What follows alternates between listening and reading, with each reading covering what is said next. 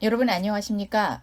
2019년 6월 15일 토요일 실리콘밸리 주말 뉴스입니다.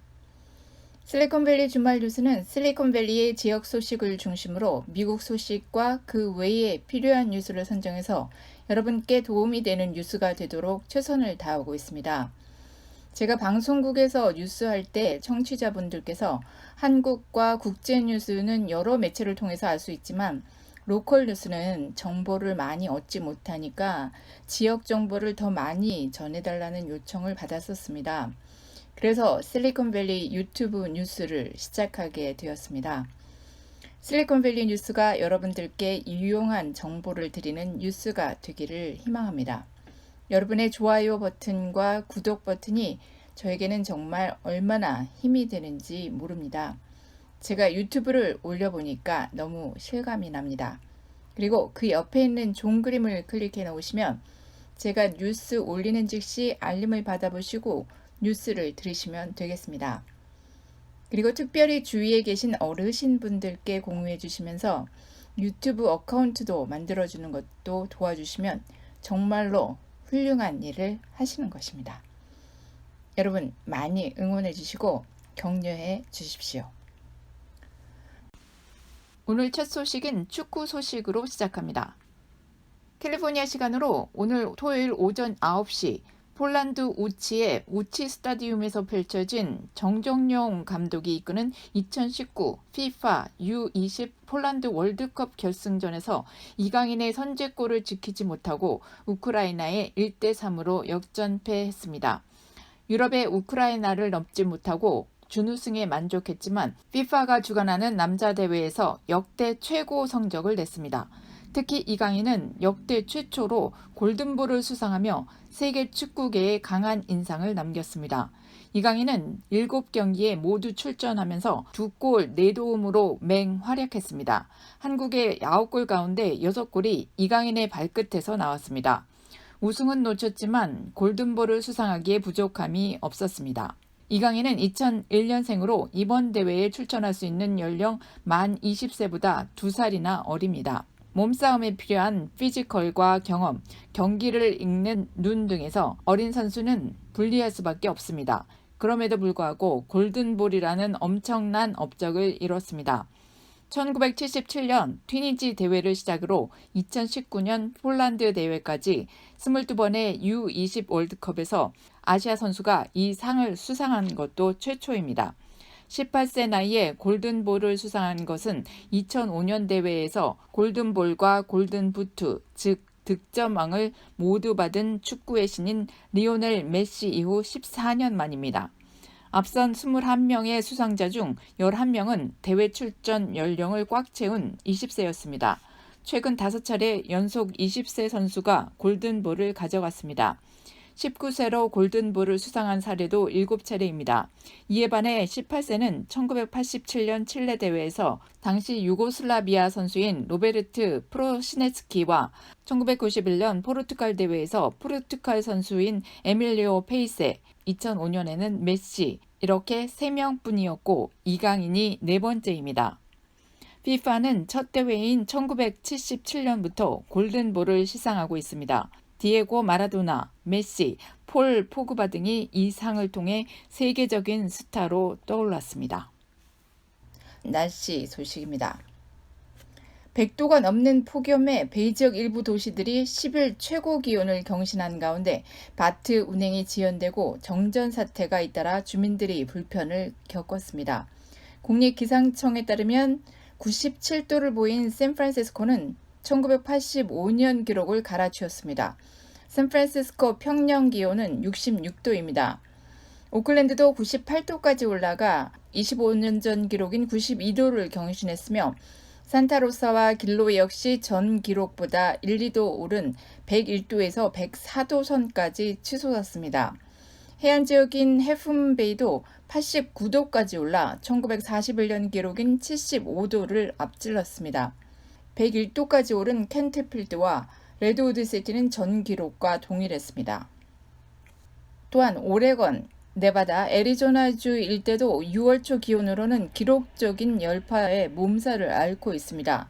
11일 국립기상청과 일간 USA 투데이에 따르면 지구상에서 가장 더운 곳으로 알려진 데스밸리 국립공원은 12일에는 화씨 120도에 달한 것으로 나타났습니다. 캘리포니아 남부 내륙의 대표적 휴양지인 팜스프링스는 화씨 114도를 기록하면서 기상당국이 노약자들에 대해 탈진 및 열경련, 일사병 주의보를 내렸습니다. 네바다주 라스베가스는 화씨 105도로 측정됐고 시내 관광명소 주변에 임시 열파 대피소가 설치됐습니다. 상대적으로 위도가 높은 오레건주 포틀랜드에도 95도가 넘는 열파가 찾아왔습니다.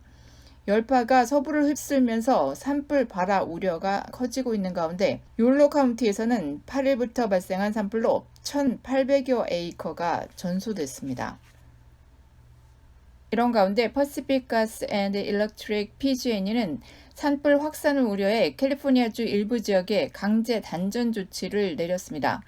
이는 지난해 모두 86명의 목숨을 앗아가 캘리포니아주 역대 최악의 산불로 기록된 캠프파이어의 발화 원인이 전력선에서 튄 스파크 때문이라는 조사당국 조사 결과에 따른 것입니다. PG&E는 8일 욜로, 소노마, 나파 카운티 1,600가구를 대상으로 전력 공급을 중단했습니다. 이날 오후부터 시에라 푸틸 지역까지 3만 가구를 대상으로 강제 단전 조치를 취할 준비를 했었습니다. 8일 오후 2시 37분경 첫 발화한 욜로 카운티의 산불은 고온 건조한 날씨에다가 강풍까지 겹치면서 급속도로 확산돼 16번 하이웨이 도로 통행이 폐쇄됐고 일부 지역에 대피령이 내려졌습니다. 이런 가운데 지진도 발생했습니다. 소노마 카운티에서는 11일 오전 규모 4.1의 지진이 발생했습니다. 연방지질조사국에 따르면 규모 4.1의 지진이 이날 새벽 12시 45분쯤 코브 마운틴 인근에서 발생했습니다. 진앙지는 코브 서쪽 5.4마일, 힐스버그 북쪽 14.2마일, 클리어 레이크 남서쪽 14.5마일, 윈저 북쪽 18.4마일 지점으로 나타났습니다. 이날 지진으로 인명과 재산 피해는 보고된 바 없습니다. 한편 지난 4월 15일에도 이곳에서 같은 규모의 지진이 발생한 바 있습니다. 이번 주말에는 베이 지역 저녁 기온이 다소 내려갈 것으로 보입니다. 국립기상청에 따르면 수일간 찾아온 폭염이 물러가고 14일 오전 안개가 끼면서 기온이 다소 내려갔습니다. 내륙 지역이 80도대를 유지하는 등 15일 토요일과 16일 일요일에는 베이 전역이 평년 기온을 유지하겠습니다. 17일 월요일에는 기온이 약간 올라가면서 더운 날씨가 다시 찾아올 것으로 보입니다. 이번 주말 베이 지역의 최고 기온은 해안 지역에서는 65도에서 77도로 나타나겠으며 내륙 지역에서는 79도에서 97도, 사우스베이 지역에서는 78도에서 87도 선의 기온 분포를 보이겠습니다. 최저 기온은 해안 지역에서는 54도에서 58도, 내륙 지역에서는 52도에서 64도, 사우스베이 지역에서는 55도에서 61도로 기상청은 전망했습니다. 미국이 27년 만에 최악의 홍역 창궐을 겪고 있는 가운데 뉴욕주가 종교적인 이유로 백신을 거부하는 것을 법으로 금지했습니다. 뉴욕주 상하원은 13일 학생들이 종교를 이유로 백신 접종을 거부할 수 없도록 하는 법을 가결했다고 워싱턴 포스트가 보도했습니다. 앤드루 쿠오모 주지사가 즉시 법안에 서명했고 새 법은 바로 효력을 발휘하게 됐습니다. 이에 따라 아직 백신을 접종하지 않은 학생들은 30일 이내에 접종을 시작해야 한다고 AP통신이 전했습니다. 이로써 뉴욕주는 캘리포니아주, 미시시피주, 웨스트버지니아주, 메인주와 더불어 의료와 관계없는 사유로 백신 접종을 피하는 것을 금지하는 대열에 합류했습니다. 모든 주는 백신 접종을 요구하는 법을 가지고 있지만 45개 주가 여전히 종교적인 신념 등을 이유로 접종을 거부할 수 있도록 예외를 인정하고 있습니다. 뉴욕주가 종교적 예외를 폐지한 것은 유대교인을 중심으로 종교적 이유를 내세운 백신 접종 거부가 늘면서 홍역 확산이 심각한 수준에 달했기 때문입니다. 렐프스 마켓 등을 소유한 대형 그로서리 체인인 크로거가 냉동 베리 제품을 대량 리콜합니다. 크로거 측은 A형 간염 바이러스 오염 가능성으로 인해 35개 주 2,800개 매장에서 팔린 스미스, 프레드메이어, 해리스 티터, 팩앤세이브 등 20여 종류의 냉동베리 제품을 회수 조치한다고 10일 밝혔습니다. 이들 냉동베리 제품은 스무디용으로 많이 사용되는 데다가 유통기한이 2년이나 돼서 냉장고에 보관 중인 소비자들이 많습니다. 따라서 리콜 대상 제품은 즉시 환불을 받으라는 게 업체의 설명입니다. 특히 타운센드 팜사 제품은 절대로 섭취하면 안 된다고 크로거 측은 경고했습니다. 크로거에 의하면 리콜 대상은 프라이빗 셀렉션 제품으로 프라이빗 셀렉션 프로즌 리플 베리 메들리 48온츠 베스트 바이 줄라이 7, 2020입니다. 더 자세한 정보는 웹사이트인 ir.kroger.com에서 확인하거나 전화번호 800-576-4377로 하시면 됩니다. 크로거 측은 마켓 내 해당 제품은 모두 회수됐다고 밝혔습니다. 버드와 라임에 이어 차량 공유 업체인 리프트가 산호제에 전동 스쿠터 도입을 실시했습니다. 이에 따라 분홍색과 보라색으로 마크된 리프트 전동 스쿠터 900대가 주로 산호제 다운타운 지역에 배치됩니다. 저소득층 주민을 위한 무제한 30분 무료 라이드 혜택도 제공되고 있습니다. 각 스쿠터는 이용자의 전화번호와 고유 아이디를 표시해야 하며 고장이나 불법 주차와 같은 안건이 접수될 시에는 업체는 2시간 내에 이에 대응해야 합니다. 한편 저소득층 무료 라이드 신청은 웹사이트 lyft.com/scooters 에서 확인할 수 있습니다. 산호제시와 유니언 퍼시픽 철도가 야간 철도 운행 소음을 놓고 분쟁을 벌이고 있습니다. KTVU 뉴스의 보도에 따르면 유니언 퍼시픽 야간 열차가 산호제시 재팬타운을 지나는 가운데 주민들이 밤늦게 울리는 경적 소리에 불만을 제기하고 있습니다. 그러나 야간 운행을 줄여달라는 주민들의 요구에도 유니언 퍼시픽 측이 이를 거부하고 있어 양측 간 팽팽한 분쟁이 벌어지고 있습니다. 합의점을 찾기 위해 5일 열린 양측 간 회의에서는 지역 주민 100여 명이 참석해 불만의 목소리를 냈습니다. 유니언 퍼시픽은 비용 절감을 위해 지난 2월부터 야간 열차 운행을 증가시켰습니다. 문제가 되고 있는 재팬타운 앞으로는 낮에 2회, 밤에 2회 열차가 운행되고 있습니다.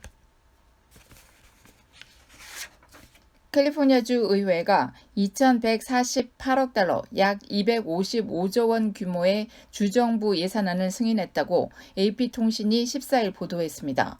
개빈 뉴섬 주지사가 12일간 검토 후 서명하면 예산이 확정됩니다. 미국 50개 주 중 가장 인구가 많고 큰 경제권인 캘리포니아주 예산은 한국 예산 2019년 470조 원의 절반이 넘는 규모입니다. 이번 예산에서 단연 눈에 띄는 대목은 저소득 불법 이민자에 대한 건강보험 비용이 포함됐다는 점입니다. 전국 최초로 내년 1월부터 일부 불법 체류자에게도 메디케이드, 메디케를 제공키로 결정했습니다. 개빈 뉴섬 주지사는 이와 같은 내용을 골자로 한 법안을 이번 주 의회로 보낼 예정이며 이미 다수당인 민주당과 협의를 끝냈다고 밝혔습니다. 주정부는 건강이 주민의 기본권이라는 것이 이번 조치의 바탕이 됐다고 설명했습니다. 연방 메디케이드의 캘리포니아판인 메디켈은 주정부 소득 기준으로 저소득층에게 주치뿐만 아니라 치과 등을 포함한 전문의 진료 서비스를 제공하는 것을 골자로 하고 있습니다. 가주 내에서는 2018년 기준으로 총 1,300만 명 가까이 혜택을 받고 있습니다. 다만 가주 정부는 수혜자 연령을 19세에서 25세로 국한해 이번 조치로 새롭게 혜택을 받는 청년들은 약 10만 명에 달할 것으로 예상됩니다. 현재 메디컬 혜택은 개인의 경우 수입이 연 16,105달러, 부부는 연 21,708달러 이하인 경우에 주어지고 있습니다. 재산은 개인은 2,000달러, 부부는 3,000달러 이하로 제한됩니다. 실리콘밸리에 하이텍 기업이 늘어나고 고액 연봉자들이 넘쳐나지만 소규모 소매업 상점들은 고전을 면치 못하고 있습니다. 캘리포니아주 경제개발국 자료에 의하면 2007년에서 2017년 10년간 소매업, 특히 소규모 소매업 상점 수가 크게 줄어들었습니다. 전문가들은 스몰 비즈니스의 감소 원인으로 렌트비 인상, 온라인 매장 증가, 최저임금 상승, 의료보험비 인상 등을 들었습니다. 같은 기간 동안 집값과 아파트 렌트비가 엄청 올랐기 때문에 소매업을 하는 사람들이나 종업원들은 상점 근처에서 살지 못하고 멀리 이사를 가서 상점까지 오는 통근 시간도 크게 늘어났으며 집이 너무 멀어 일을 그만두는 사람들도 많습니다. 매장 감소는 종업원 수가 적은 영세업소일수록 더 심합니다. 산호제 메트로폴리탄 지역의 경우 종업원 수가 9명 이하인 마이크로 비즈니스는 2007년에서 2017년 사이에 8.1%나 줄어들었으며 4명 이하의 더 작은 업소는 12.7%나 줄어들었습니다. 샌프란시스코와 오클랜드의 마이크로 비즈니스는 6.1% 줄어들었으며 캘리포니아주 전체로 보면 4.2% 줄어들었습니다. 반면에 조인트 벤처 실리콘밸리 자료에 따르면 하이텍 기업의 직원 수는 2007년에서 2018년 사이에 38.8% 늘어났습니다. 항공기 부품, 자재 생산 기업인 유나이티드 테크놀로지스 그룹과 대형 방산업체인 레이시온이 합병을 공식 발표하면서 글로벌 항공 방산 공룡 기업이 탄생하게 됐습니다. UTC와 레이시온은 공동 성명을 통해 100% 주식 교환 방식의 합병 방안을 발표했다고 언론들이 전했습니다. 합병법인 지분은 UTC 주주들이 57%, 레이시온 주주들이 43%를 각각 보유하게 됩니다. 새 법인의 명칭은 레이시온 테크놀로지스입니다. 두 기업의 시가총액은 합쳐서 약 1,660억 달러 규모에 달합니다. 연간 매출은 약 740억 달러, 약 88조 원입니다. UTC는 에어컨 제조업체인 캐리어, 엘리베이터 제조업체인 오티스 등을 거느린 시총 1,140억 달러 규모의 초대형 그룹이고 레이시오는 520억 달러 규모의 방산업계 4위 대기업입니다. 합병회사는 세계 항공 우주 분야 1위 보잉에 이어 업계 2위로 올라서게 됩니다. 월스트리트 저널은 에어컨과 엘리베이터 부문을 제외하더라도 합병법인의 시총은 1,000억 달러, 약 119조 원을 웃돌 것으로 분석했습니다. 캘리포니아주에서는 경범죄와는 달리 중범죄에 대해서는 타주보다 강력한 법의 잣대를 두고 있어 캘리포니아주에서 중범죄로 기소돼 유죄를 판결받을 경우 항소에도 거의 기각되는 것으로 나타났습니다. 캘리포니아가 타주에 비해 중범죄로 기소된 자들에 대한 엄격한 법의 잣대를 두고 있는 이유는 재범이 일어날 가능성을 낮추기 위한 것으로 분석됐습니다. 반면 중범죄자들과는 달리 캘리포니아주에서는 경범죄자들에게는 사회적 갱생을 돕기 위한 제도적 장치를 추진 중입니다. 이는 법안 AB 1076으로 경범죄자들에 대한 기록을 일반 기업이나 기관에 공개하지 않는다는 것을 골자로 합니다. 이 법안은 현재 주 하원을 통과해 상원으로 넘겨진 상태이며 최종 승인된다면 오는 2021년부터 800만 명의 경범죄자들이 사회적 제약에서 벗어날 수 있게 됩니다. 또한 현재 주에서 시행 중인 비폭력 중범죄를 경범죄로 격하하는 주민 발의안 47을 시행하는 것을 미뤄볼 때 폭력범죄 이상은 예외 없이 강력한 처벌을 하고 있습니다. 세계 최대 전자상거래 업체인 아마존이 미국에서 벌여온 음식 배달 서비스인 아마존 레스토랑을 종료한다고 월스트리트 저널이 11일 보도했습니다. 아마존은 그럽허브나 우버이츠 등 다른 음식 배달 업체와 경쟁하겠다며 이 사업에 뛰어들었으나 4년 만에 철수하게 됐습니다. 아마존은 이달 24일자로 음식 배달 서비스를 중단한다며 이 사업을 담당해온 소규모의 직원들은 다른 역할을 맡게 된다고 밝혔습니다. 국토안보부 산하 세관 국경보호국이 보유한 여행객 10만여 명의 개인정보가 해킹당한 사실이 뒤늦게 드러났다고 뉴욕타임스와 ABC 뉴스 등 통신이 10일 보도했습니다. 보도에 따르면 세관 국경보호국은 지난달 31일 민간 협력업체가 보안 규약을 어기고 별도의 네트워크에 빼돌린 여행객 정보가 해킹당했다는 사실을 알게 됐다고 설명했습니다. 해킹당한 자료에는 6주 동안 특정 국경 지역을 통과한 운전자의 얼굴 사진과 차량 번호판 사진 등 10만여 명의 개인정보가 포함되어 있습니다. 세관 국경보호국은 이날 성명에서 현재까지 인터넷 프로토콜 주소 추적이 불가능한 다크웹이나 인터넷에서 확인된 유출 자료는 없다라면서도 피해 정도와 적절한 대응을 위한 조사가 진행 중이라고 밝혔습니다.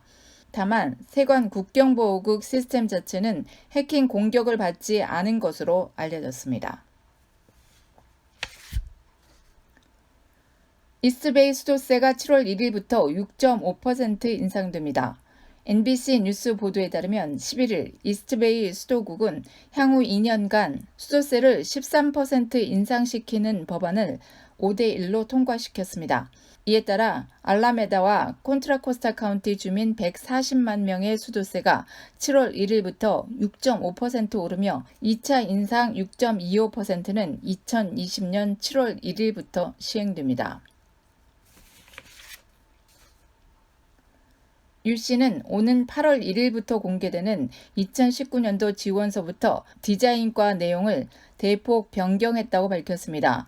특히 앞으로 수상 기록과 특별활동 항목에 대한 심사가 강화될 것으로 보여 유씨 지원이 좀 더 까다로워질 전망입니다. 새로 바뀐 지원서에 따르면 지금까지 항목당 5개씩만 제출하도록 제한하던 수상 기록과 특별활동 기재 규정을 항목당 최대 20개까지 제출할 수 있도록 했습니다. 유씨의 이 같은 조치는 지원자가 참여한 학교 외 활동 내용을 앞으로는 모두 꼼꼼히 심사하겠다는 뜻으로 풀이됩니다. 특히 그동안 학교 성적과 대입시험 SAT 또는 ACT 점수 AP 시험과 SAT 서브젝트 점수를 중점적으로 반영했던 입학 사정에도 특별활동 비중을 늘릴 것으로 보입니다. 실제로 UCLA나 샌디에고 등 주요 캠퍼스는 성적을 입학 사정에서 최소 50%, 최대 75%까지 반영하고 있습니다. 반면 특별활동이나 수상 기록은 항목당 5개씩 제한해 왔습니다. 작년 9월 철제 빔에 균열이 생겨 폐쇄됐던 트랜스베이 트랜짓 센터의 옥상 공원이 7월 1일 오전 6시부터 다시 문을 엽니다. 트랜짓 센터 관리를 담당하는 트랜짓 합동관리청에 따르면 수백만 달러의 보수 공사를 마친 트랜짓 센터가 전문가들의 안전 진단을 통과했습니다. 균열이 발견된 후 보수 공사에 8개월이 걸렸으며 안전 진단을 하는데 다시 4주가 걸린 셈입니다. 트랜짓 센터를 이용하는 지역 버스 운행은 7월 초에, 광역 버스 운행은 8, 9월쯤 시작될 예정입니다. 팔로알토시가 마켓과 식당 등에서 플라스틱 용품 사용을 전면 금지합니다.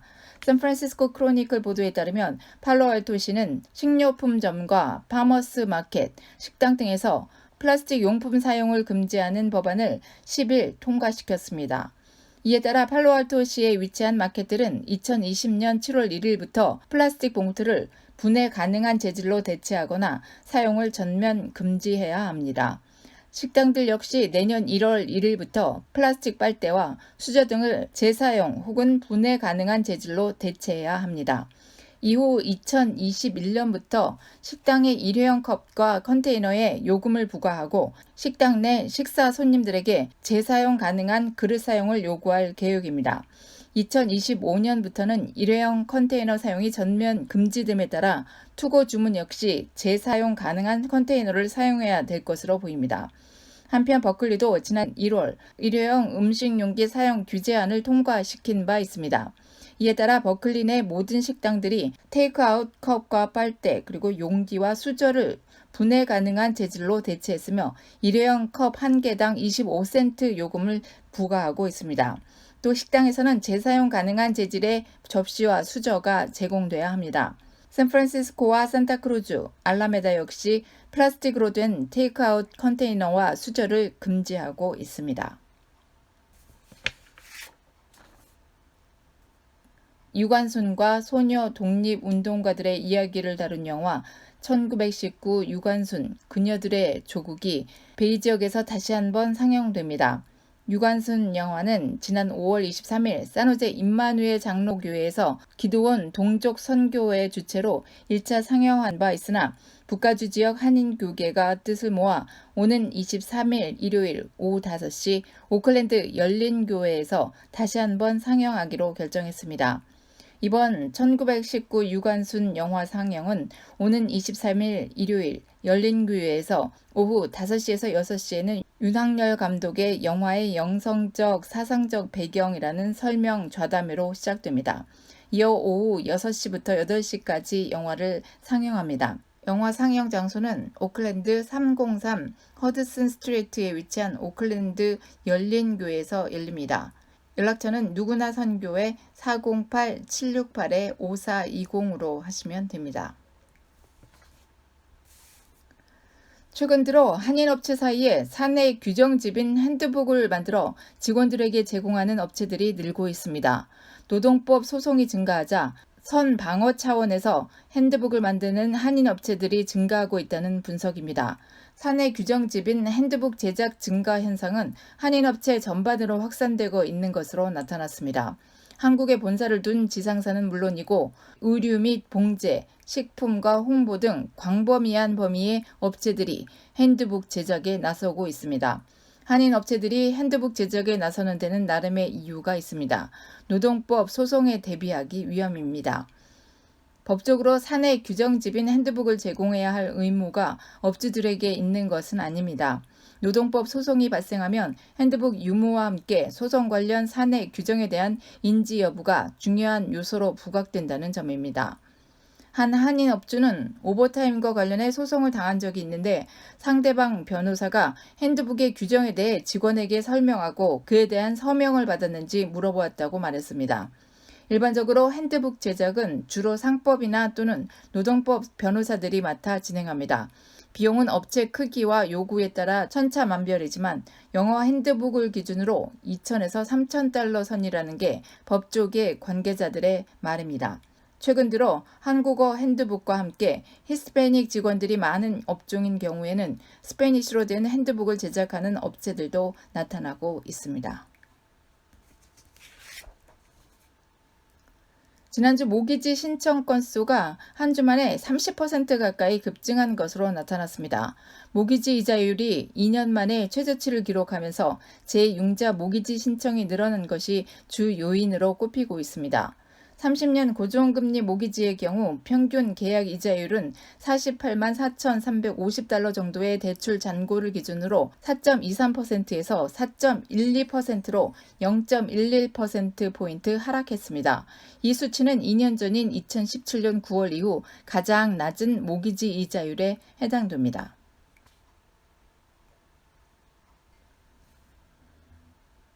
로보콜의 피해가 급증하면서 연방통신위원회 FCC가 버라이즌 등 각 통신사들에게 로보콜을 차단할 수 있는 자체 기술 개발 권한을 부여한다는 내용의 안을 표결에 붙여 통과시켰습니다.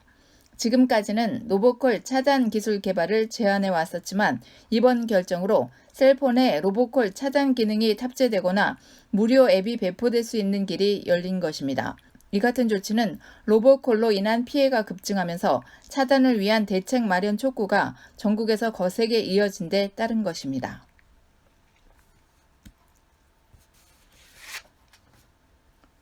(7월 1일부터) 캘리포니아의 개솔린 세금이 6센트 가까이 오릅니다.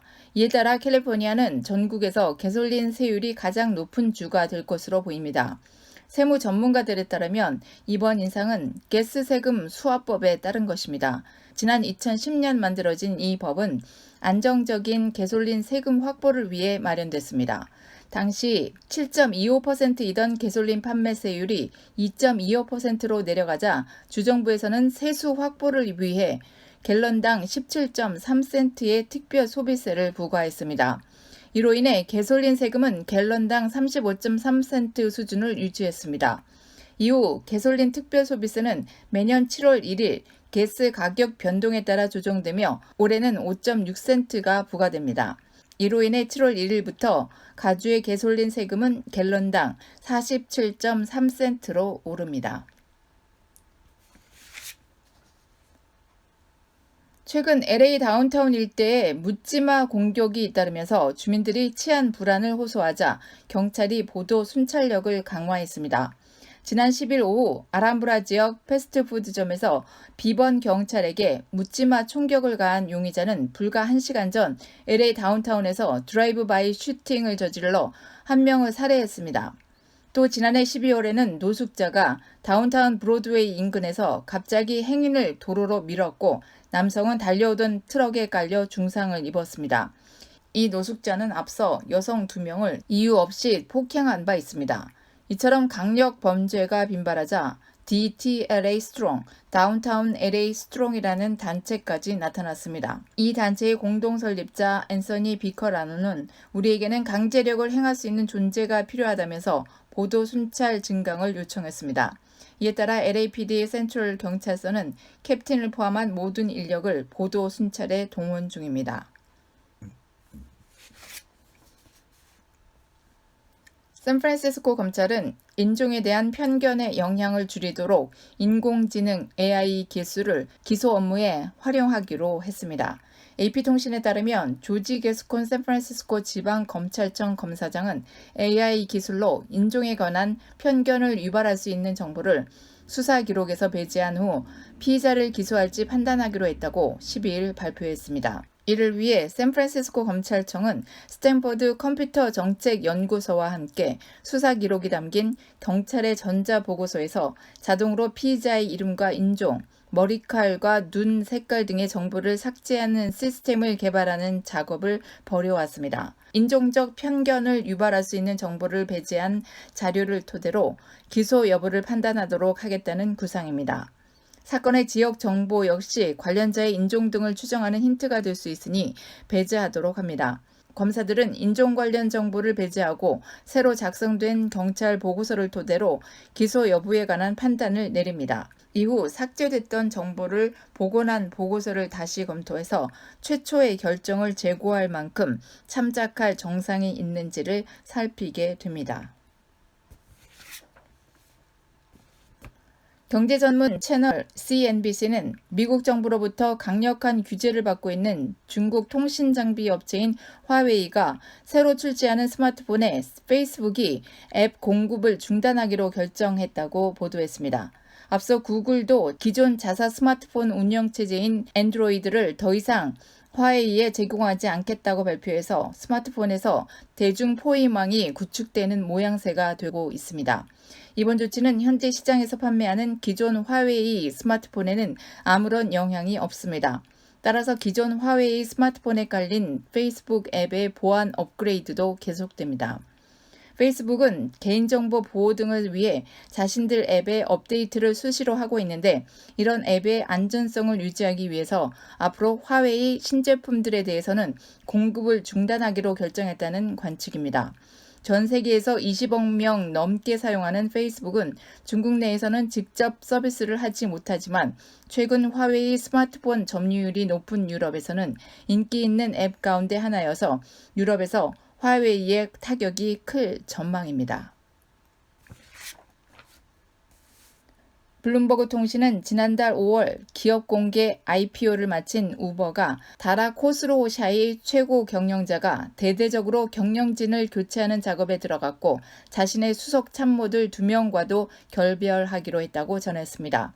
물러나는 임원은 다라 코스로샤의 CEO의 최측근으로 꼽히는 바니 하포트 COO와 레베카 메시나 CMO 등입니다. 바니 하포드 COO는 지난해 부주의한 인종차별적 발언을 했다는 논란이 불거졌을 당시 회사 차원에서 우버가 적극적으로 방어한 인물입니다. 당시 우버는 자체 조사 결과 차별의 증거를 찾지 못했다고 밝혔습니다. 바니 하포드 COO는 그동안 우버 사업의 많은 부분을 주도해 왔습니다. 코카콜라에서 승승장구하다가 지난해 우버로 옮겨온 레베카 메시나 CMO는 합류한 지 9개월 만에 우버와 결별하게 됐습니다. 이번 바니 하포드 COO의 퇴사의 결정에 따라 다라 코스로샤의 CEO가 이제 우버의 핵심 사업 부문을 직접 나서서 관장할 것으로 블룸버그는 전망했습니다.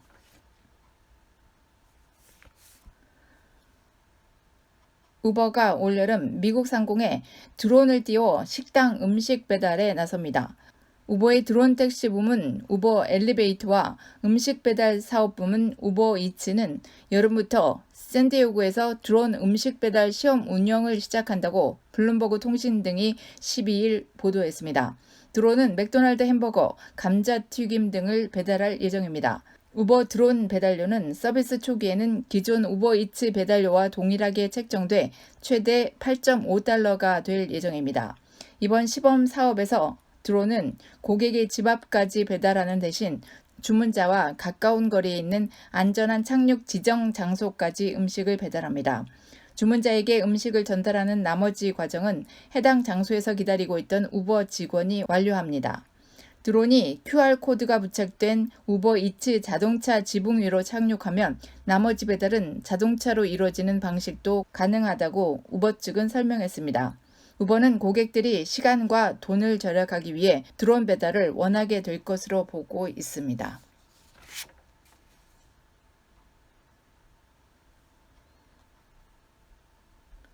우버의 무인 비행 택시는 아직 준비가 되지 않았지만 뉴욕타임스의 최근 보도에 따르면 우버는 7월 9일부터 항공 서비스를 시작합니다. 우버콥터는 우선 뉴욕시에서 플래티늄과 다이아몬드 등급을 얻은 우버 리얼즈 멤버에게 제공됩니다. 놀랄 것도 없이 탑승료는 수요에 따라 달라지겠지만 200에서 225달러 정도라고 우버 엘리베이터에서는 밝혔습니다.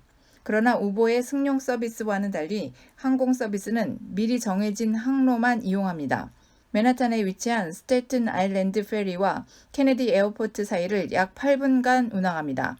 우버는 공식적으로 이 서비스를 발표하진 않았지만 보도에 따르면 파일럿 2명 외에 5명까지 탈 수 있습니다. 물론 누구나 상상할 수 있듯이 8분짜리 헬리콥터 비행은 택시 서비스와 연계됩니다. 고급 기술을 지닌 정보기술 IT 인력 수요가 급증하면서 IT 부문 실업률이 20년 내 최저 수준으로 떨어졌습니다. IT 산업 단체인 컴티아가 노동부 자료를 분석한 결과에 따르면 지난달 미국 내 IT 부문 실업률은 1.3%로 추산돼 20년 만에 가장 낮은 수준을 기록했다고 월스트리트 저널이 보도했습니다. 지난달 전 산업 부문을 통틀어 기업들은 IT 인력 13만 3천 명을 고용했습니다. 반면 지난달 비농업 신규 일자리는 7만 5천 개에 그쳤습니다. 소매업, 정부기관 등에서 줄어든 일자리를 IT 부문 고용 증가가 상쇄했다는 것입니다. 많은 기업이 데이터 분석, 인공지능, AI 등 새로운 비즈니스 수단 개발과 활용에 나서면서 고급 기술을 갖춘 IT 인재에 대한 수요는 급증하는 추세입니다. 또한 기업들의 데이터 운영 시스템도 클라우드 컴퓨팅으로 전환되고 있어 새로운 IT 일자리가 생겨나고 있습니다. 미국 기업들은 IT 인재를 찾기 어렵지만 비자를 비롯한 절차상 불확실성 때문에 해외 인력 고용은 꺼리고 있습니다. 10대 사이에서 큰 인기를 끄는 전자담배 주율이 청소년들의 흡연을 부추긴다는 지적에 대해 연방의회가 조사를 벌이기로 했습니다. 하원 감독개혁위원회 경제소비자정책소위 위원장인 라자 크리쇼나무시 위원은 니코틴 함량이 높은 주율이 청소년들의 중독을 부추기고 있으며 미국에서 주를 자주 쓰는 아이들이 중독 치료를 받게 된다는 보도에 대해 극도로 걱정이 된다고 하면서 청소년의 안전과 건강은 파는 물건이 아니다고 꼬집었습니다.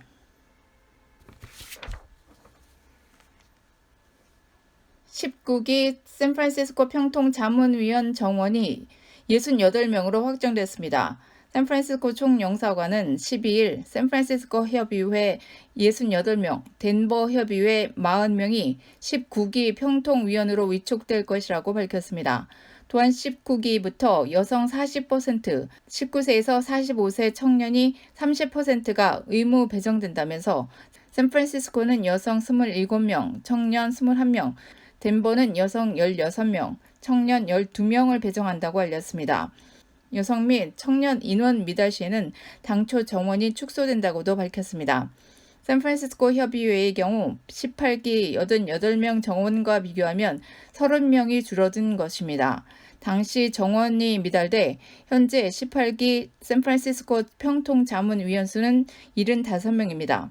그러나 75명 중 45세 이하 위원은 단 1명으로 여성 40%, 청년 30% 의무 배정을 채우기란 쉽지 않을 것으로 보입니다. 후보자 추천 마감일은 샌프란시스코가 6월 24일, 덴버가 6월 27일로 이메일과 우편 그리고 방문으로 접수할 수 있습니다. 이메일은 ykalee19@mofa.go.kr 그리고 주소는 샌프란시스코 3500 클레이 스트리트로 하시면 됩니다.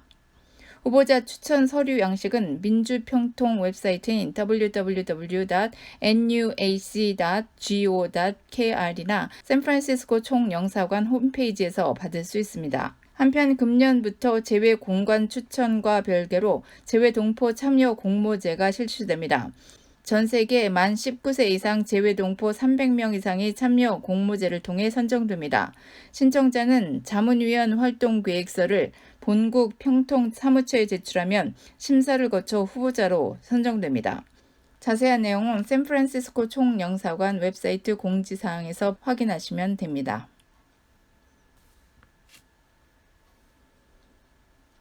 샌프란시스코 총영사관이 한국 제대로 알기 서머 캠프를 개최합니다. 7월 24일부터 26일까지 2박 3일간 실리콘밸리 코트라에서 열리는 이 캠프에서 한국의 정부 구조, 문화 및 교육, 역사와 외교 등의 주제를 총 12시간에 걸쳐 심도 있게 다룹니다. 박준영 총영사가 한미 관계, 김지민 부총영사가 총영사관의 역사와 역할, 오상훈 영사가 한국 외교, 최진영 영사가 한국 정부, 박민아 영사가 한국 경제, 최예경 영사가 한류 트렌드, 이원강 영사가 한국 주요 관광지, 우창숙 샌프란시스코 교육원장이 한국 교육제도를 주제로 강연합니다. 또 옹경일 옹댄스 컴퍼니 앤 스쿨 단장이 한국 전통춤과 음악을 주제로 한국에 대한 이해를 넓혀줍니다. 참가 대상은 중고생과 대학생으로 선착순으로 30명 모집합니다. 신청은 12일부터 이메일 ykalee19@mofa.go.kr로 접수받으며 10교시 이상 수강한 학생들에게는 총영사 명의 수료증이 수여되며 매일 점심 및 간식이 제공됩니다. 문의는 415-921-2251로 하시면 됩니다. 스타벅스와 환경단체 허브허브가 영국 게트웨이 공항에서 비행기 탑승을 기다리는 승객들에게 일회용 커피컵 대신 영구 사용컵을 빌려주는 예비 프로그램을 실시하고 있습니다. 한 달 동안 시험적으로 시도하는 이 프로그램은 영국에서 두 번째로 큰 공항에서 탑승을 기다리는 승객들에게 영구 사용컵을 빌려주고 탑승 전 컵 체크인에서 컵을 회수해 다시 씻어 사용하는 것입니다. 스타벅스는 이를 위해 2,000개의 컵을 준비해 사용하고 있습니다. 이 프로그램은 한 달 동안 승객들의 반응을 보고 계속 사용할지 여부를 결정합니다. 세계 최대의 인터넷 검색 서비스 기업 구글이 자사의 지도 애플리케이션인 구글맵에 허리케인과 홍수와 지진 등과 같은 자연재해에 대한 내비게이션 경고 시스템을 새롭게 추가합니다. 이번에 새롭게 추가될 기능은 자연재해 경고 알림과 함께 위험 지역을 벗어나 안전한 곳으로 길 안내를 해주는 내비게이션 서비스가 제공되며 사용자들이 이전보다 자연재해로부터 더욱 안전을 보장받을 수 있을 것이라는 전망이며 구글 측은 국립해양대기청과 일본 기상청, 미국 지질조사국으로부터 자료 정보를 받아 서비스를 시행할 예정이라고 밝혔습니다. 세금 보고가 끝난 지 약 2개월이 지나고 있지만 세금 관련 신종 사기가 끊임없이 발생하고 있어 주의가 요구됩니다. 국세청은 개인정보를 탈취해 2차 범죄로 연결되는 이메일 피싱과 세무당국 사칭 사기가 적발이 쉽지 않을 정도로 교묘해지고 있다고 밝혔습니다. 특히 최근에는 소셜 시큐리티 번호 등 개인정보를 빼내려는 시도와 허위 세금 납부 통지서로 돈을 가로채려는 수법이 기승을 부리는 것으로 나타났습니다. 세금 납부 통지 사기는 그동안 납세자들에 대한 꾸준한 계몽으로 세금 납부 통지는 우편으로 먼저 오고 IRS는 전화나 이메일로 세금 납부 독촉을 하지 않는다는 사실이 많이 알려져 있습니다. 하지만 사기꾼들은 이런 사실을 역이용해 IRS를 사칭한 편지로 납세자들을 협박하고 있습니다.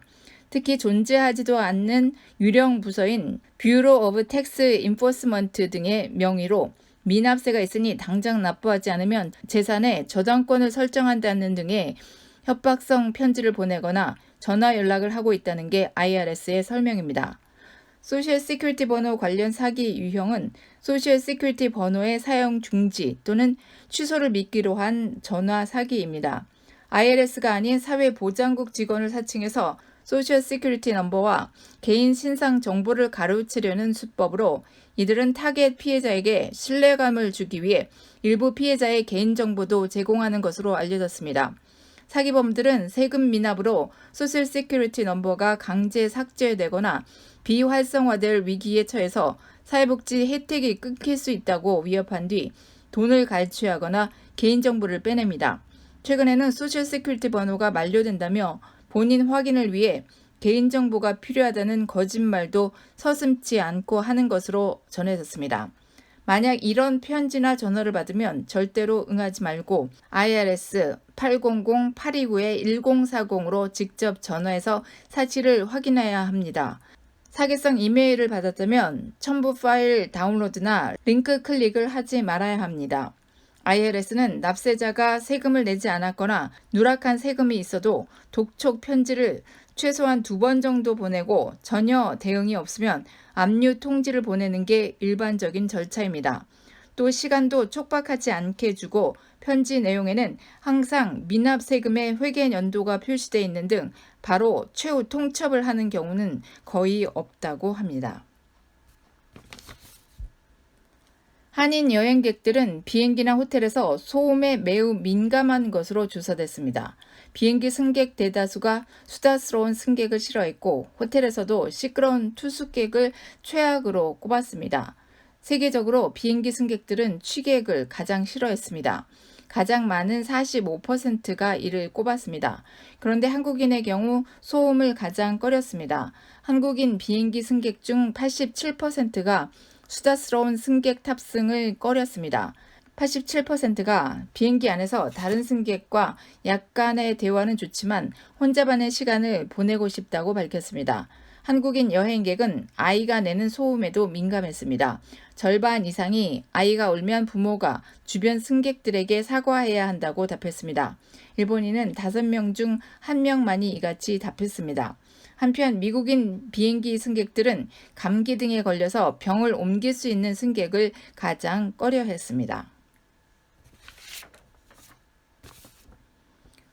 미국 항공사들이 여름 휴가철을 맞아 국내선 여객기 항공 요금을 일제히 올리고 있다고 CNN이 13일 보도했습니다. CNN에 따르면 아메리칸 항공은 여름철 성수기를 맞아 모든 국내선 편도 요금을 일제히 $5씩 인상했습니다. 사우스웨스트도 일부 구간 요금을 인상한 사실을 확인했습니다. 사우스웨스트는 일부 구간 요금 인상 사실을 확인하면서 모든 노선에 일괄적으로 요금 인상이 적용된 것은 아니다라고 밝혔습니다. 미 항공사들은 이미 지난달에도 항공 요금을 일제히 인상한 바 있습니다.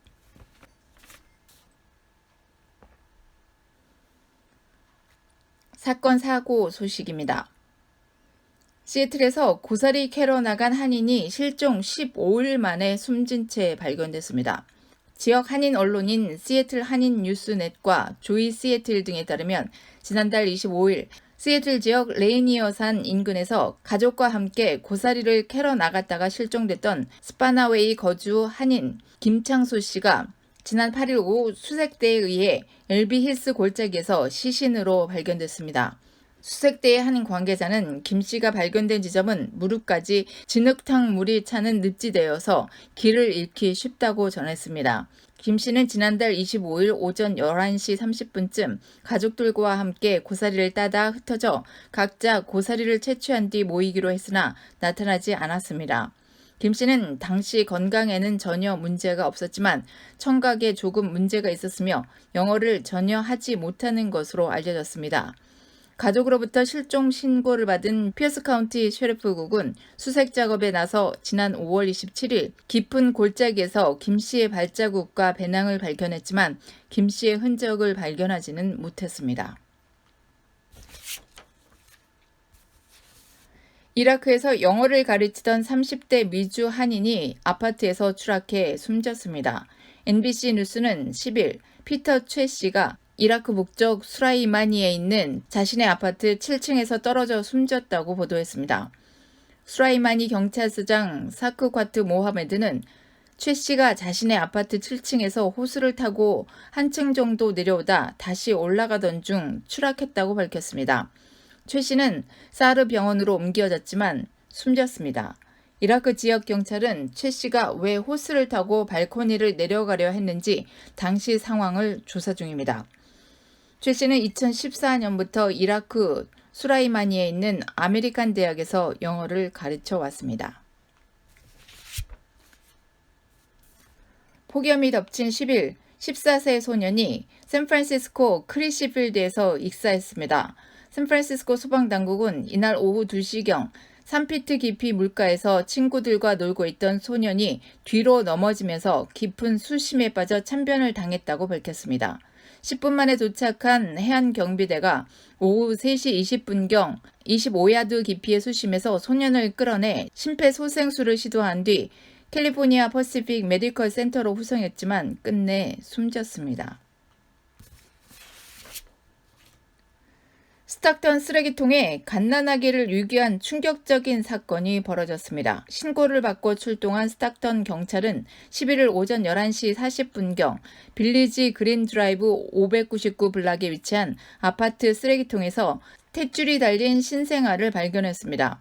발견 당시 갓난아기의 맥박이 뛰고 있었다고 경찰은 밝혔습니다.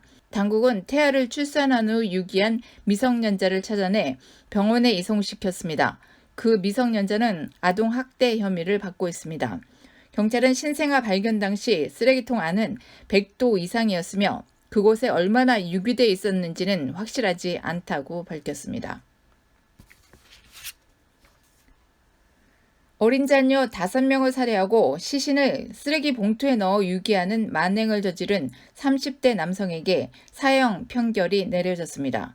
사우스캐롤라이나 렉싱턴 카운티 배심원단은 13일 약 2시간의 숙고 끝에 이같이 판단했다고 CNN 방송과 AFP 통신 등이 보도했습니다. 존스의 변호인은 존스가 조현병을 앓고 있어 재판을 받을 수 없는 상태라고 주장했지만 공판에는 함께 출석했습니다. 존스는 지난 2014년 그의 6살 된 아들과 이혼한 전처가 자신을 상대로 음모를 꾸미고 있다고 생각해 아이가 숨질 때까지 강제로 운동을 시켰다고 진술했습니다. 존스는 1살과 8살 사이에 남은 4자녀도 차례로 목을 졸라 살해했습니다.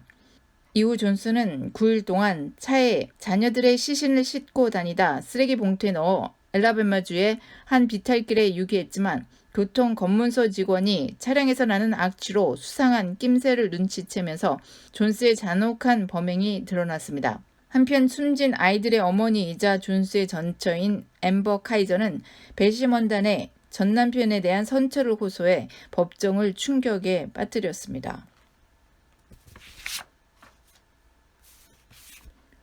버거킹 매장에서 직원이 대걸레로 테이블을 닦는 모습이 고객에게 적발됐다고 폭스뉴스와 뉴스포젝스 등이 보도했습니다. 지난 6일 플로리다주 프루트 코브의 버거킹 매장에서 식사를 마치고 나온 KT 듀란 가족은 매장 안쪽에서 믿기 어려운 광경을 목격했습니다. 손님이 없는 마감 시간에 매장을 정리하는 직원이 바닥을 청소하던 대걸레로 듀란 가족이 사용한 테이블과 주변 테이블 위를 닦기 시작한 것입니다. 듀란은 해당 직원을 촬영한 6초짜리 영상을 버거킹에 제보했습니다. 이후 버거킹 홍보 담당자는 영상에서 나타난 행위는 전혀 용납될 수 없으며 우리의 브랜드 기준이나 운영 방침과도 맞지 않는다며 사과의 뜻을 밝혔습니다.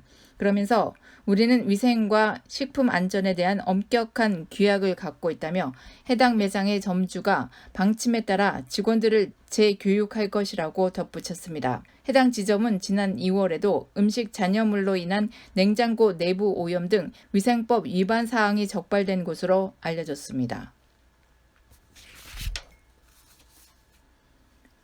지난 2011년 조지아주 애틀랜타 지역에서 발생했던 일명 호스트바 종업원 살인 사건의 용의자인 박동수 씨에게 가석방이 없는 종신형이 선고됐습니다. 지난 11일 귀네 카운티 수페리어 법원에서 열린 배심원 평결 재판에서 살인과 중범 살인, 가중 폭행 등 총 3가지 혐의로 기소된 박 씨에 대해 배심원들은 만장일치로 유죄 평결을 내렸습니다. 이 사건은 2011년 12월 8일 아침 둘루스 플레젠트 힐 로드 소재의 한 한인 업소에서 박 씨와 신동호, 이승원, 강연태 씨 등 일행 4명이 고광희 씨와 시비가 붙은 끝에 업소 주차장에서 고 씨가 흉기에 수차례 찔려 사망한 사건입니다.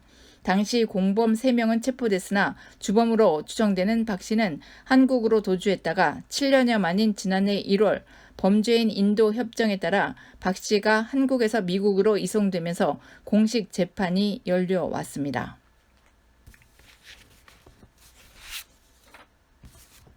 뉴욕 맨하탄의 54층 빌딩 옥상에 10일 헬기가 불시착하는 아찔한 사고가 발생했습니다. 이 건물은 맨해튼을 동서로 가로는 51가와 52가 사이에 위치한 건물로 옥상에 별도의 헬기 이착륙 시설을 갖추지 않은 것으로 알려졌습니다. 비상 착륙 직후 화재가 발생했고 이 과정에서 헬기 조종사 1명이 숨졌습니다. 화재는 신속하게 진압됐고 빌딩 내부에 추가적인 인명피해는 없다고 밝혔습니다. 당시 헬기에는 조종사만 탑승하고 있었습니다. 한인 마켓 업주가 푸드 스탬프 사기로 실형을 선고받았습니다. 지역 언론인 패서디나 나우는 패서디나에 있는 C 마켓 업주인 김모 씨가 푸드 스탬프 사기로 지난 7일 실형 40개월과 172만 달러의 벌금을 선고받았다고 13일 보도했습니다. 패서디나 경찰국 제이슨 크라슨 루테넌트는 김 씨는 손님의 푸드 스탬프를 받아 현금으로 주거나 혹은 술 등 교환 불가 상품을 줬다며 범행은 여러 해 동안 진행됐다고 말했습니다.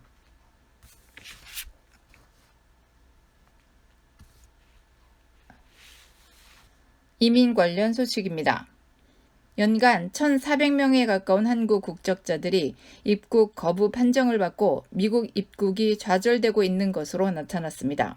합법적인 비자를 받아 미국에 입국을 하려던 한국 국적자들 중 하루 평균 4명이 입국 거부 판정을 받고 있는 셈입니다.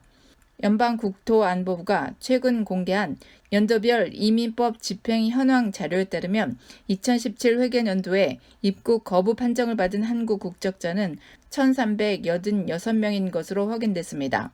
이는 전년의 1,513명에 비해 10% 정도 감소한 것으로 2년 연속 한국 국적자에 대한 입국 거부 판정이 줄어든 것이며 최근 10년 새 가장 적은 수치입니다. 국토안보부가 공개한 최근 10년간의 현황 자료에 따르면 한국 국적자에 대한 입국 거부가 가장 많았던 해는 2010년으로 2,106명의 한국 국적자가 입국 거부 판정을 받고 미국 입국이 좌절됐습니다.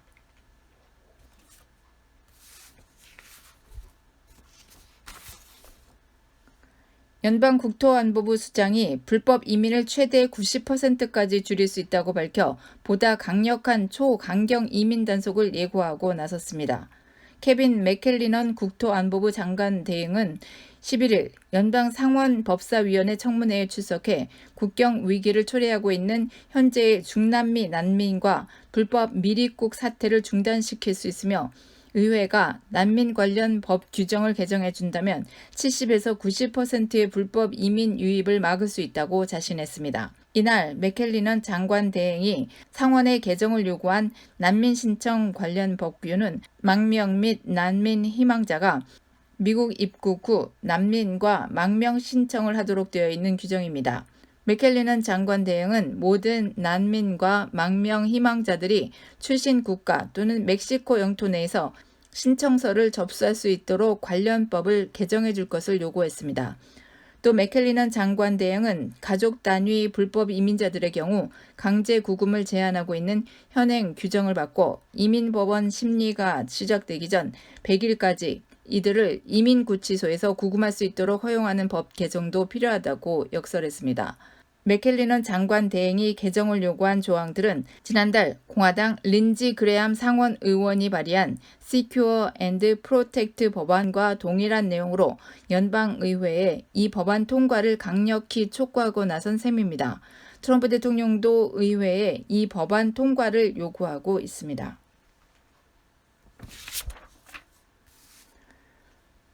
한인 관련 소식입니다. UCL의 학교 신문인 데일리 브루이는 14일 학교 졸업식에서 한인인 시몬 킹 씨가 입학한 지 30여 년 만에 졸업장을 받게 됐다고 보도했습니다. 킹 씨는 지난 1936년 일제강점기에 한국에서 태어났습니다. 이후 전쟁통에 피란간 가족과 헤어지고 삼촌과 함께 살았습니다. 학교도 2년이나 쉬어야 했습니다. 하지만 이런 역경 속에서도 킹 씨는 다시 돌아간 중학교에서 수재로 불릴 만큼 공부에 대한 열의가 남달랐습니다. 킹 씨는 1967년 미국으로 이민 왔습니다. 첫 남편과 이혼한 그는 1972년 파리 여행 중 두 번째 남편을 만나 재혼했습니다. 항상 배움에 목말랐던 킹 씨는 30대 중반에 2년제 LA 피어스 칼리지에 입학해 심리학과를 졸업했습니다. 10여 년간 학업을 쉬었던 그는 1988년 50이 넘은 나이에 UCLA에 편입했습니다. 하지만 다시 시작한 공부는 그리 녹록지 않았습니다. 자녀들을 돌봐야 했고 남편 사업도 도와야 했습니다. 당시 그녀는 LA 벨에어 지역에 있던 남편의 부동산 사업인 킹스 코트에서 부사장으로 일하고 있었습니다. 결국 편입 이듬해 학업을 접어야 했습니다. 그러던 지난 2000년 남은 학업을 마치기 위해 다시 학교로 돌아갔지만 남편의 사망으로 또다시 학업을 그만두어야 했습니다. 하지만 킹 씨는 포기하지 않았습니다. 지난 2017년 그는 80세의 고령의 나이로 다시 학교로 향했습니다. 남은 학업을 반드시 마치겠다는 스스로와의 약속을 지키기 위해서였습니다. 킹 씨는 앞으로의 목표를 묻는 질문에 미국인과 한인 사이의 문화적 가교 역할을 하고 싶다면서 좋아하는 그림 그리기도 계속하고 싶고 가족과 시간을 더 보내고 싶다고 말했습니다. 그레이스 박 변호사가 뉴욕시 민사법원 선출직 판사에 도전합니다. 박 변호사는 오는 25일 실시되는 뉴욕주 민주당 예비선거에서 뉴욕시 민사법원 4지구 판사 후보로 출마했습니다.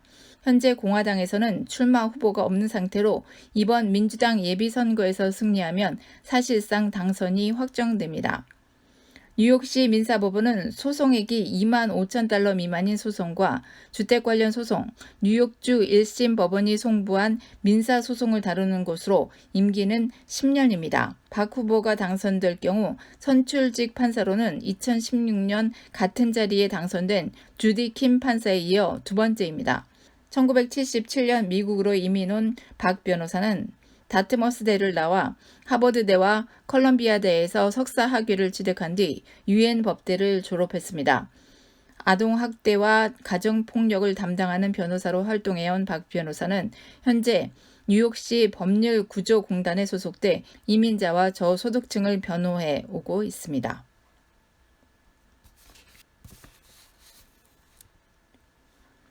미국 정치 경제 소식입니다. 트럼프 대통령이 멕시코와의 관세 협상을 타결했다며 예정됐던 멕시코 관세 부과를 무기한 연기한다고 밝혔습니다.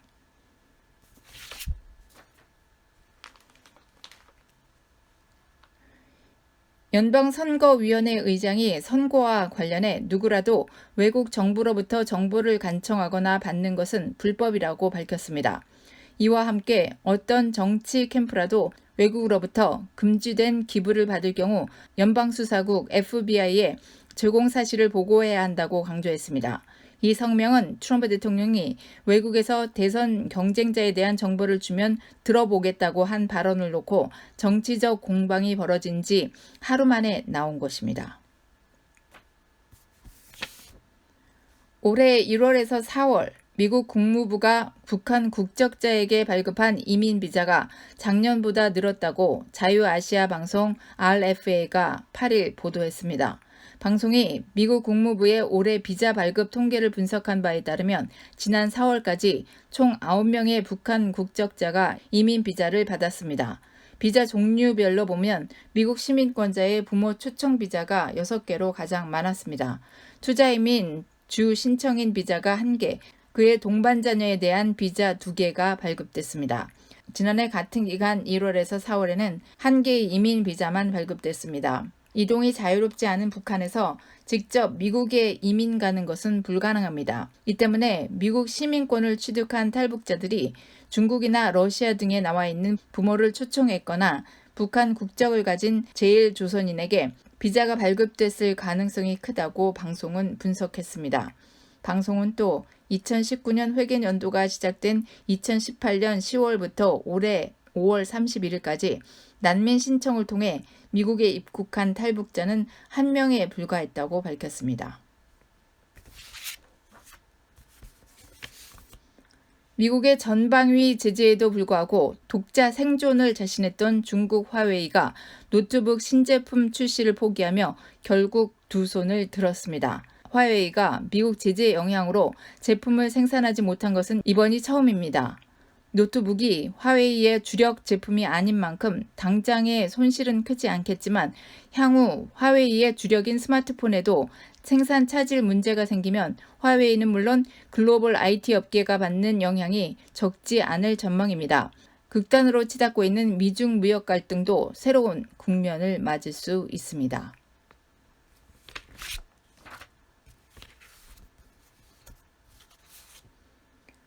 미국을 포함하는 전 세계 경제가 1년 아닌 2020년 중반에 불경기에 빠질 것으로 대기업 재무 책임자들인 CFO들이 우려를 표시하고 나섰습니다. 대기업 CFO들의 다수는 미국 대선이 실시되는 2020년에 3분기 연속 마이너스 성장을 기록하는 경기 침체, 불경기에 빠질 것으로 경고한 것입니다. 다수의 경제 분석 기관들도 내년에 불경기를 강력히 경고하고 있습니다. 미국까지 포함하는 모든 대륙에서 내년에 불경기에 빠질 것이라는 우려가 터져나온 것은 10년 만에 처음이라고 이번 조사를 실시한 듀크 대학은 지적했습니다.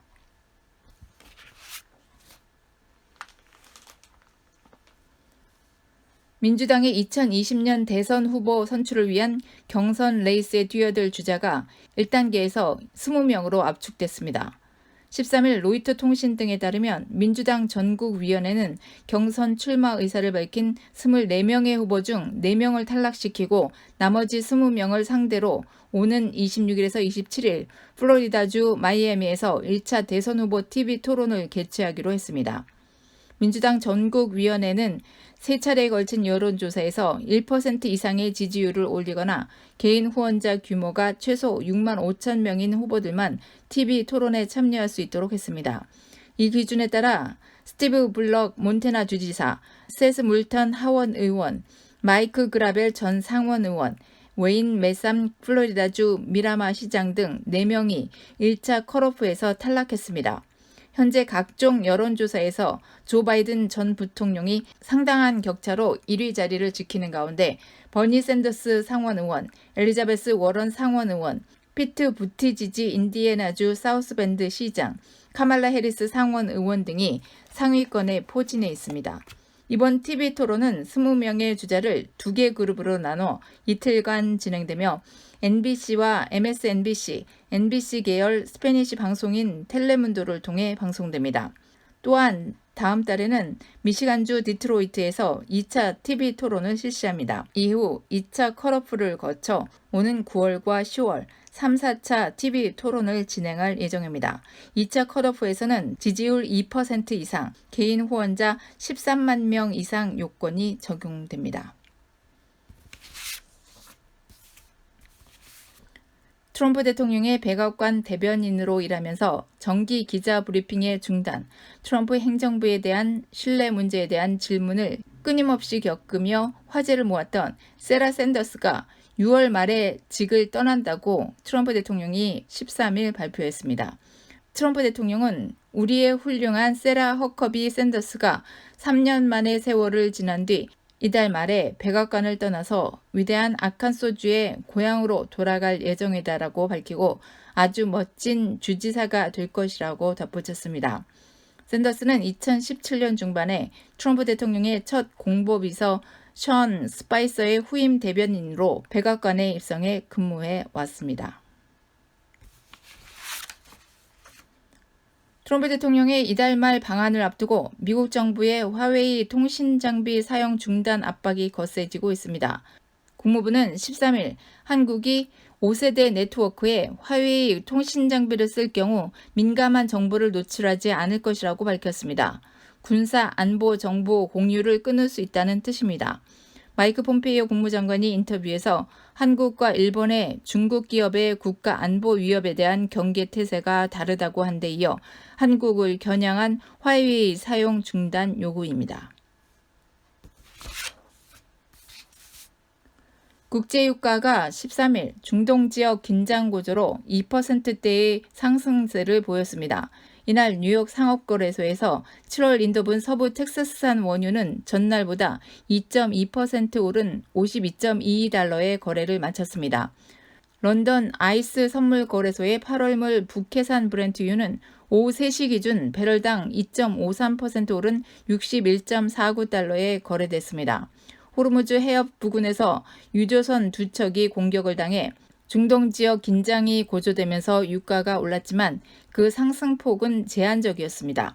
서부 텍사스산 원유와 북해산 브렌트유 선물은 한때 4%대 급등세를 보였지만 이후 상승폭이 2%대로 줄었습니다. 뉴욕 증시에서 주요 지수는 중국 지표 부진과 반도체주 주가 하락 영향으로 소폭 내려 마감했습니다. 14일 뉴욕 증권거래소에서 다우존스 30 산업평균지수는 전장보다 17.16포인트 하락한 26,089.61에 거래를 마쳤습니다. 스탠더드 앤드 푸어스 500 지수는 전장보다 4.66포인트 내린 2886.98에 기술주 중심의 나스닥 지수는 40.47포인트 하락한 7796.66에 장을 마감했습니다. 다우지수는 이번 주 0.41% 올랐고 S&P는 0.47%, 나스닥은 0.7% 상승했습니다. 한국 소식입니다. 고 김대중 전 대통령의 부인인 이희호 여사가 10일 향년 97세 나이로 별세했습니다. 남편인 김 전 대통령과 함께 굴곡진 현대사를 헤쳐온 이 여사를 향해 정치권은 여야를 막론하고 애도의 뜻을 표시했습니다. 이 여사는 지난 3월부터 병세가 급격히 악화하면서 신촌 세브란스 병원 VIP 병동에 입원해 치료를 받아왔습니다. 이 여사는 결혼 전에는 여성 인권 운동을 이끄는 사회운동 지도자로 결혼 이후에는 김 전 대통령의 인생 동반자이자 민주화 운동을 함께 이끌어간 정치적 동지로서 현대사의 거대한 족적을 남겼습니다. 독재 정권의 핍박에 굴하지 않고 김 전 대통령과 함께 투쟁했으며 가장 가까운 자리에서 조언과 비판을 아끼지 않았습니다. 1998년 2월 김 전 대통령이 취임하면서 대한민국 제15대 영부인이 됐습니다. 1922년생인 이 여사는 그동안 노안으로 수차례 입원과 퇴원을 반복했습니다. 특히 앓고 있던 간암 등이 악화하면서 위독한 상황이 되었습니다. 각계각층의 조문이 이어지는 가운데 김정은 위원장 명의의 조임은 조화는 12일 오후 5시 판문점 북쪽 지역 통일각에서 김여정 노동당 중앙위 선전선동부 제1부부장이 남쪽 당국 대표 정의용 청와대 국가안보실장과 서호 통일부 장관, 장례위원회 대표인 박지원 김대중 평화센터 부이사장한테 전했습니다. 김정은 위원장은 조의문에서 리희호 여사가 김대중 전 대통령과 함께 온갖 고난과 풍파를 겪으며 민족의 화해와 단합, 나라의 평화와 통일을 위해 기울인 자주통일과 번영의 길로 나아가고 있는 현 북남 관계의 흐름에 소중한 밑거름이 되고 있으며 온 결에는 그에 대하여 영원히 잊지 않을 것입니다. 라고 밝혔습니다. 한편 북가주에서는 이희호 여사를 추모하는 분향소가 샌프란시스코, 실리콘밸리, 이스트베이, 몬트레이 한인회관과 세크라멘토 한국학교에 설치됐습니다.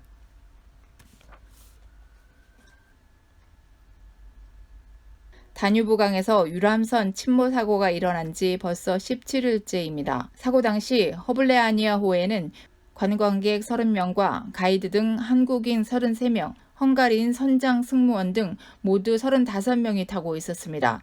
사고 13일 만인 지난 11일에는 허블레아니아호가 다뉴브강 물 밖으로 처참한 모습을 드러냈습니다. 남아있는 실종자 3명을 찾기 위한 수색은 오늘도 계속 이어지고 있는 가운데 인양된 침몰 선박은 마지막 여정을 마치고 외부의 접근이 차단된 곳으로 옮겨졌습니다. 결국 아직 돌아오지 못한 실종자가 강 하류 어딘가에 있다는 얘기입니다. 흑해까지 이어지는 다뉴브강의 길이가 수색의 최대 난관으로 작용하고 있습니다. 때문에 다뉴브강과 인접한 하류 나라의 수색 협조도 거듭 요청했습니다. 무엇보다 모든 실종자를 찾을 때까지 한국 구조대 규모 축소는 없다고 밝혔습니다. 한편 시기노의 선장은 13일 보석금을 내고 풀려났습니다.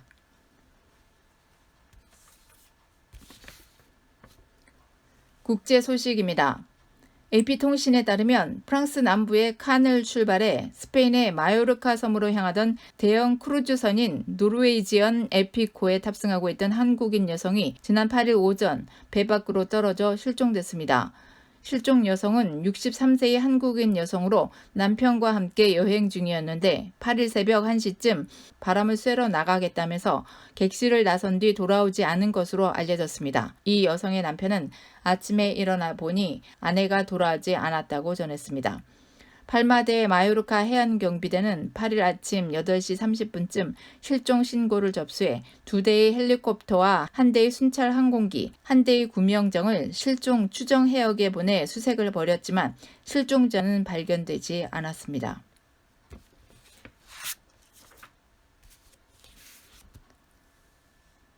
영국 경찰이 가정폭력 피해를 줄이기 위해 피해 가정들에게 뭉툭한 부엌칼을 배부하고 있다고 영국 일간 더 타임스가 13일 보도했습니다. 노팅엄셔주가 영국 최초로 시행 중인 이 정책은 가정폭력 피해자들이 배우자의 공격으로 심각한 상처를 입을 가능성을 낮추기 위해 도입됐습니다. 더 타임스에 따르면 노팅엄셔주 경찰은 음식을 자를 수는 있지만 칼끝이 뭉툭해 찔렀을 때 상대가 심각한 상처를 입을 가능성이 적은 부엌칼 100개를 주문해 칼로 위협 또는 공격을 받은 경험이 있는 가정폭력 피해자들에게 절반을 배포했습니다. 노팅엄셔주에서 발생한 칼 관련 범죄의 17%는 가정에서 발생했다고 합니다. 그러나 가정폭력 관련 단체들은 경찰이 가정폭력 가해자를 체포하고 피해자를 보호하는 데 주력해야 한다면서 이번 계획이 의도는 좋지만 접근 방식이 잘못됐다고 비판했습니다.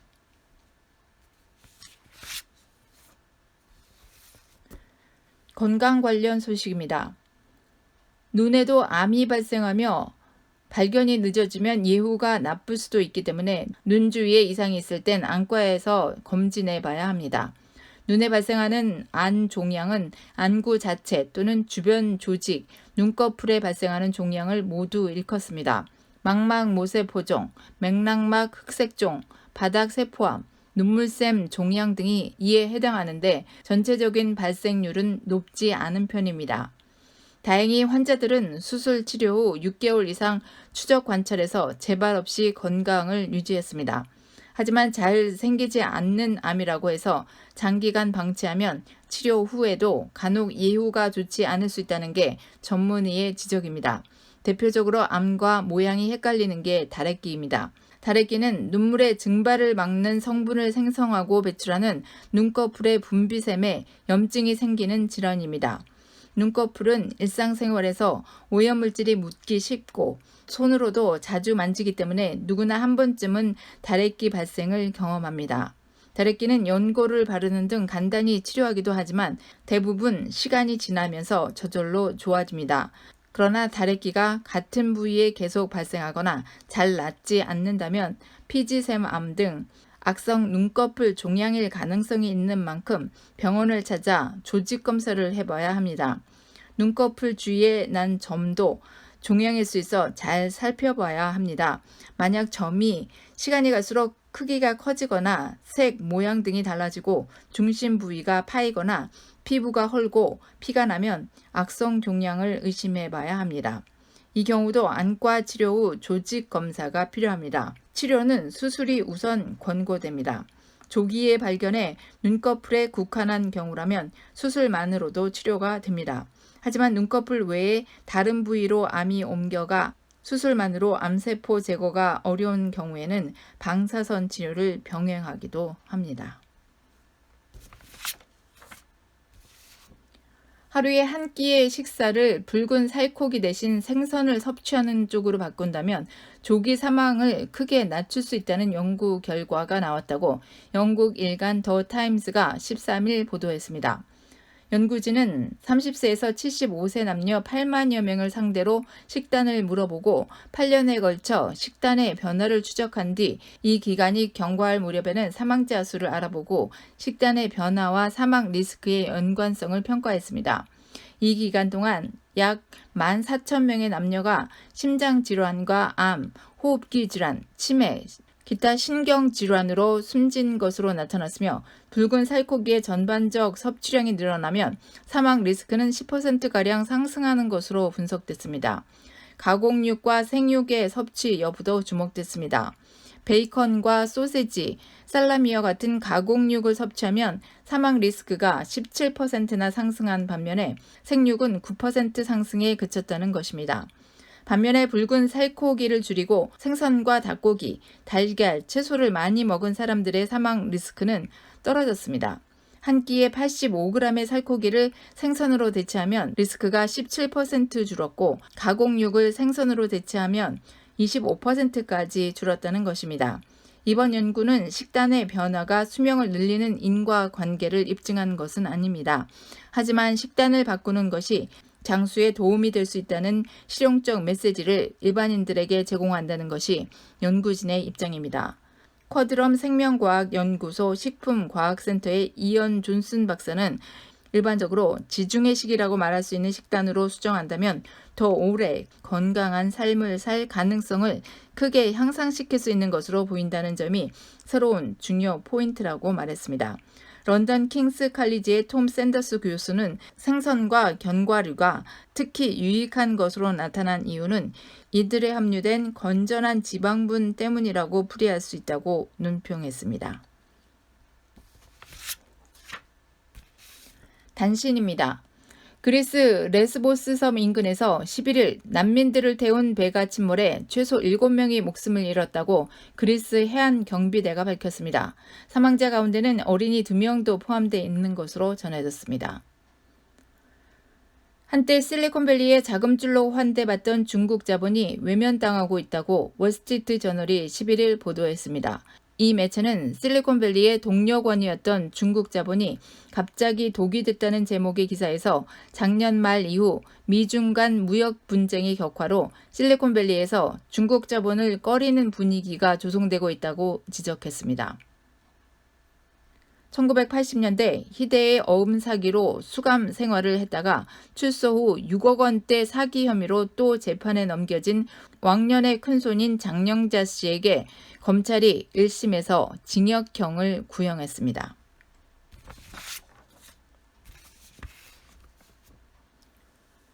행사 소식입니다. 파더스데이를 맞이해 16일 일요일 모든 아빠들이 알라메다 카운티 페어에 무료로 입장할 수 있습니다. 14일 금요일부터 7월 7일까지 열리는 알라메다 카운티 페어는 놀이기구와 말, 돼지 경주, 전시회, 동물, 음식, 게임, 아이들을 위한 활동 등 다양한 행사가 준비됩니다. 저녁 8시부터는 300석으로 채워진 원형 극장에서 콘서트 형식의 공연이 펼쳐지며 7월 4일을 제외한 모든 날 저녁 불꽃놀이가 실시됩니다. 성인 입장료는 $15이며 주차비는 $10입니다. 파더스데이 무료 입장은 16일 오후 5시까지입니다. 장소는 플레전튼 4501 플레전튼 애비뉴에 있는 알라메다 카운티 페어입니다. 정보는 페이스북에서 알라메다 카운티 페어를 검색하시면 됩니다. 제65회 노스비치 페스티벌이 15일 토요일부터 16일 일요일까지 이틀간 오전 10시부터 오후 6시까지 샌프란시스코에서 열립니다. 그랜트 애비뉴와 그린 스트리트, 발레오 스트리트, 콜럼버스 애비뉴 등 거리 곳곳에서 펼쳐지는 이번 페스티벌에는 125개 이상의 예술작품 부스와 음식 부스, 음료수 정원, 어린이 분필 미술구역 등이 설치됩니다. 또한 시 낭송과 서커스 공연, 라이브 공연 등도 펼쳐집니다. 행사는 무료입니다.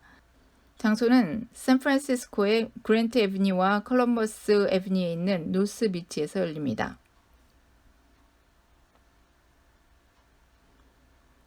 다음 주 행사 안내 소식입니다.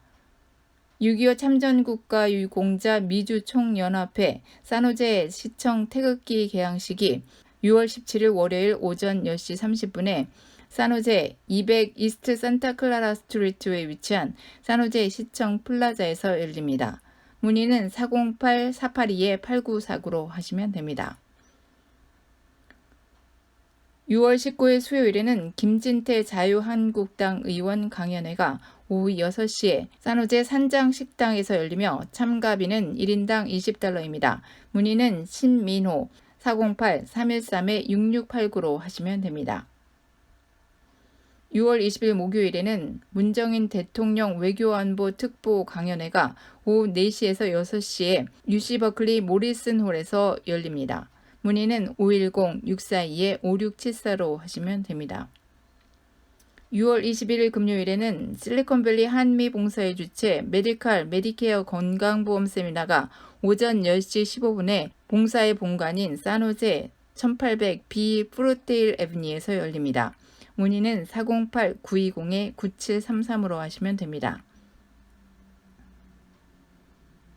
6월 25일 화요일에는 산타클라라 노인봉사회 주최 한국전 참전용사 초청 감사 행사가 오전 10시 30분부터 오후 2시 30분까지 뉴비전 교회에서 열립니다. 문의는 408-247-0605로 하시면 됩니다. 마지막으로 6월 27일 목요일에는 한국일보 50주년 창간 기념식 및 제2회 샛별장학금 수여식 겸 제6회 김종회 해외 동포문학상 시상식이 오후 6시 30분에 오클랜드 레디슨 호텔에서 열립니다. 또한 같은 날 6월 27일 목요일 실리콘밸리 한미봉사의 폐건강 세미나가 오전 10시 15분에 봉사의 본관에서 열립니다. 문의는 408-920-9733으로 하시면 됩니다. 이상으로 2019년 6월 15일 토요일 실리콘밸리 주말 뉴스를 마칩니다. 오늘도 함께 해주신 여러분 고맙습니다. 이번 주는 특별히 더운 날씨에 최선을 다해 열심히 사시느라 수고 많으셨습니다. 주말에는 온도가 약간 내려가니 시원하게 지내시고 충분히 휴식을 취하시는 건강한 주말이 되시기 바랍니다. 오늘도 여러분이 계셔서 행복합니다. 여러분이 힘입니다.